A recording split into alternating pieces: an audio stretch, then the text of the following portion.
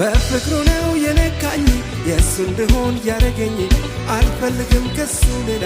ምንም ቢሆን ልቤ አይሞላ